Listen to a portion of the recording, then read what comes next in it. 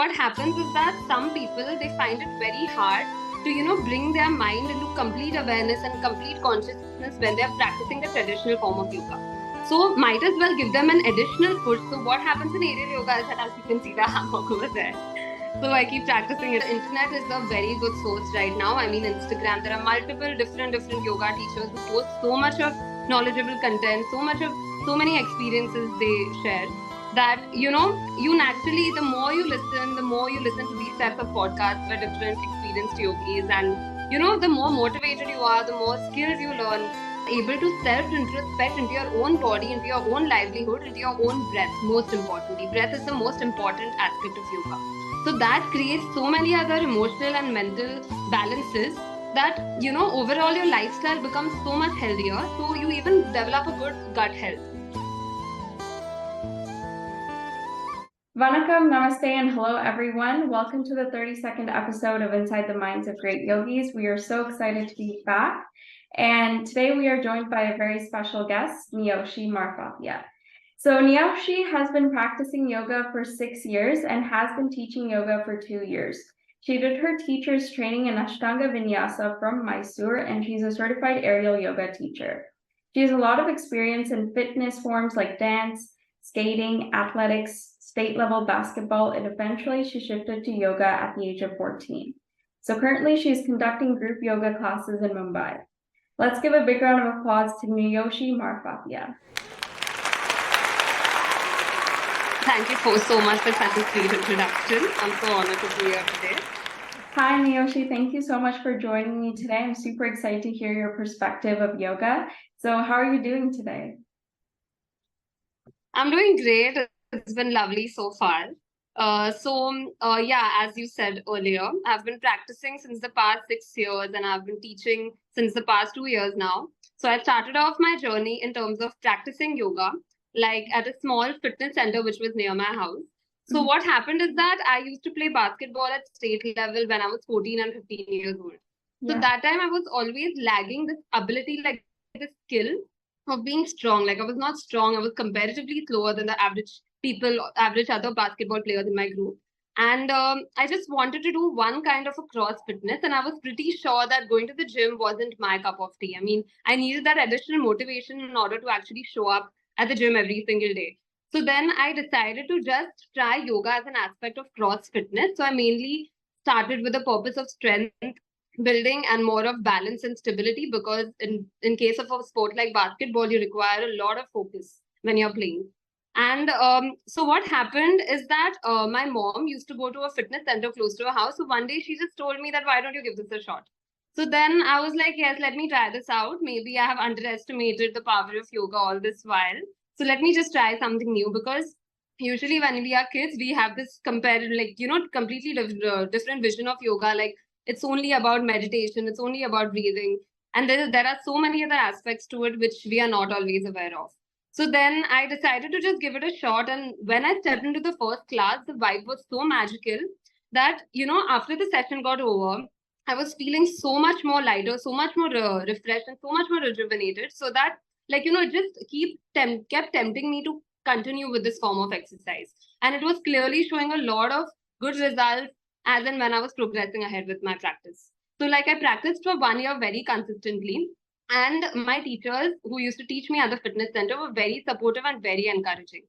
So then I just decided to, why not, why not shift this into it? And my teachers also saw that I'm progressing so rapidly, and only in terms of the asana practice, not the other aspects of yoga, but just in terms of asana practice, that my progress has been so great. So why don't I consider doing the teacher's training? So then I decided, when I was, I think, just around 2 years back, I did my teacher's training from Mysore in Ashtanga Vinyasa. And my life changed, like my life totally turned around from there. That's amazing. Thank you for sharing your journey with me. And I think that's incredible, starting with athletics and, eventually moving to yoga and doing your teacher training. So yeah, thank you for sharing that. And the next question I want to come into is, what style of yoga do you teach? Okay, so as I said, I have been certified in Ashtanga Vinyasa. So that is the form which has been like I have been teaching my students since a very long time now. But now I have even started stepping into a form known as Hatha Yoga. Most of us are very familiar with that. So Ashtanga Vinyasa is a more comparatively a hotter and a more fast-paced form of yoga, which includes a lot of transitions as in when you're practicing. And the holds are not so static, like there is continuous movement and there's a lot of ujjayi breathing. And in Hatha Yoga, it is a form where there is a lot of abdominal breathing and a lot of long static holds. So then I decided to inculcate both of these aspects into my sessions. So I do practice a lot of static holds as well, and I also make them do a lot of transitions and a lot of vinyasas to burn those additional calories, and most importantly for the balance aspect of it. Like so in terms of Hatha Yoga, like the more you hold into each posture, the more you draw awareness to each and every part of your body that is getting engaged and elongated into each and every asana that you're practicing.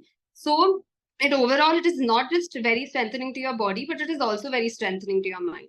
So then I just felt that inculcating both of these aspects is going to give me like a perfect mix for all my students to gain the maximum number of benefits from it. And in terms of aerial yoga, that is a form which I've stepped into very recently. So I did my teacher's training pretty locally in aerial yoga, like in a fitness center in the city as well. So after that, and now I'm going to be going for my further training in aerial yoga in the month of June itself for like a little bit more advanced training in Goa. So aerial yoga is something which I picked up not for the physical benefits or anything of that sort. I decided to get into that for the thrill of it. Like, so what happens is that some people, they find it very hard to, bring their mind into complete awareness and complete consciousness when they're practicing the traditional form of yoga. So might as well give them an additional push. So what happens in aerial yoga is that, as you can see the hammock over there. So I keep practicing it at home as well. So in aerial yoga, you have a lot of fun. So by doing those drops, by doing those twists, by doing so many turns, and a lot of transitions in the journey, and a lot of conditioning as well before class. So I just felt that is also a very good form in order for beginner yoga practitioners who find it hard to, align themselves in a form of yoga. So it's a very good beginning for them. It's a very good starter form of exercise for them. Yeah, thank you for sharing that, Niyoshi. And I actually wanted to try out aerial yoga for some time now, but I haven't really got the chance. So now that you kind of gave us like the motivation, like I'm definitely gonna try it out. So yeah, thank you for sharing your experience as well as the style of yoga that you teach. So the next question I want to come into is, how do you stay up to date in the yoga industry? So I have this simple formula in my mind to stay up to date. It's like first you're a practitioner and then you're a teacher. So what happens is that to stay up to date in terms of the asana practice, I keep I keep practicing under multiple different yoga teachers because everybody has something new to offer to you.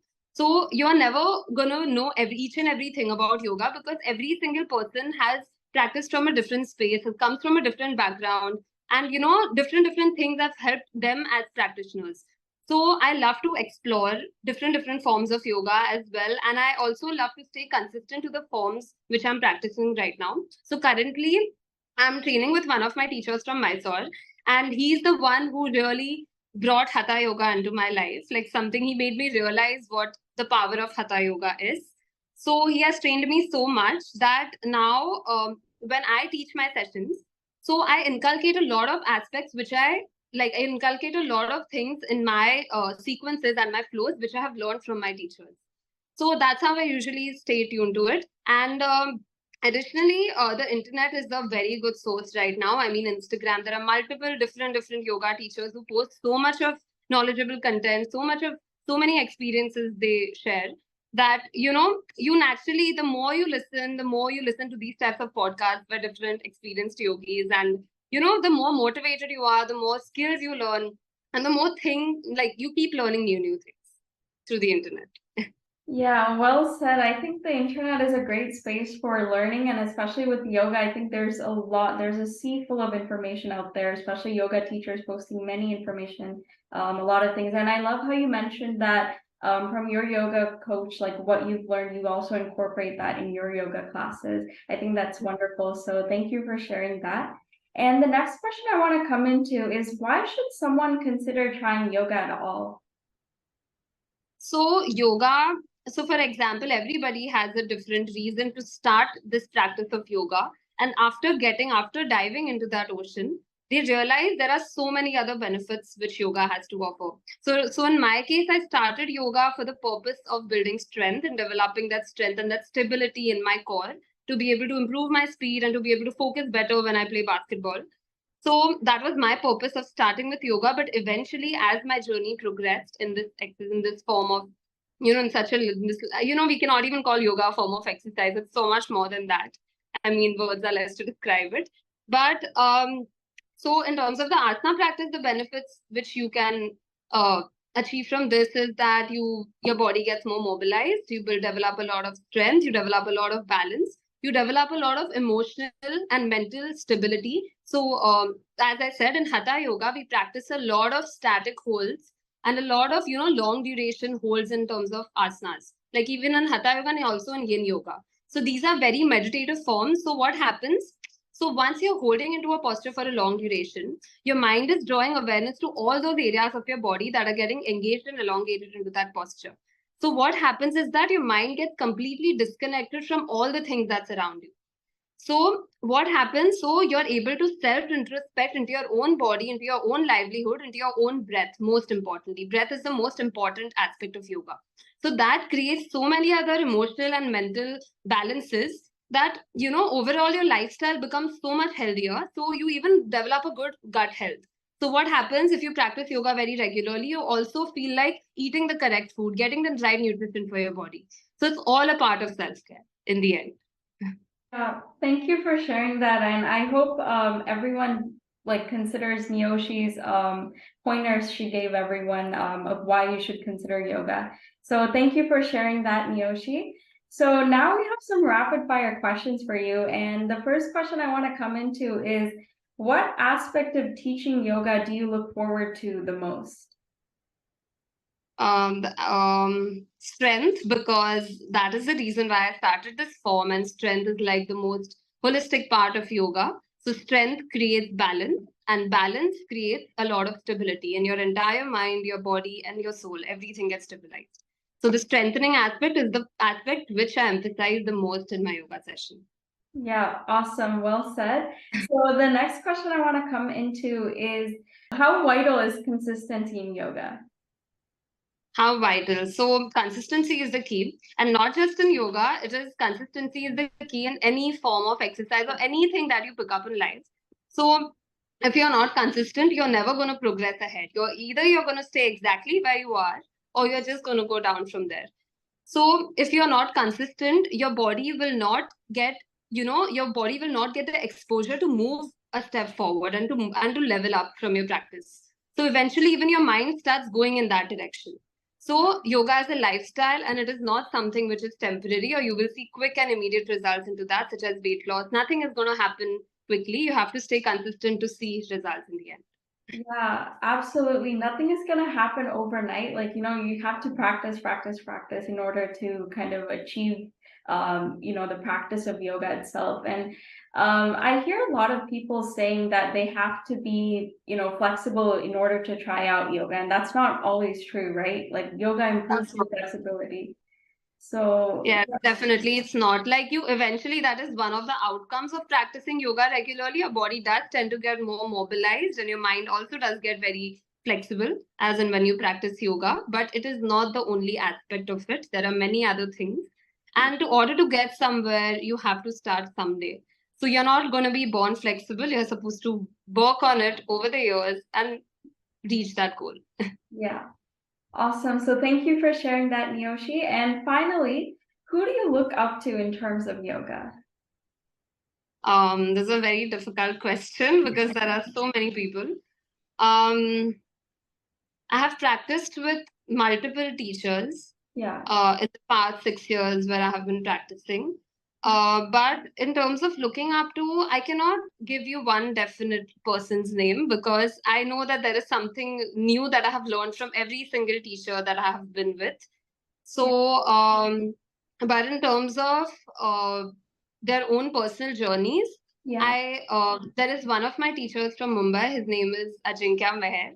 So he's had a very inspiring journey in terms of yoga. I haven't practiced much with him, but his journey of yoga has been extremely inspiring.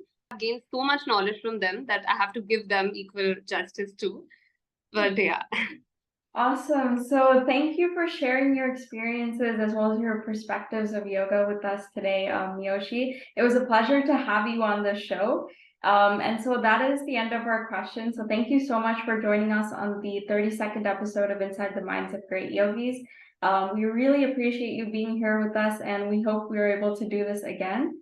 And thank you to everyone who has yet to listen to our 32nd episode of Inside the Minds of Great Yogis. And until next time, have an awesome day, everyone. And thank you, Niyoshi. Thank you so much. It was an honor to be here.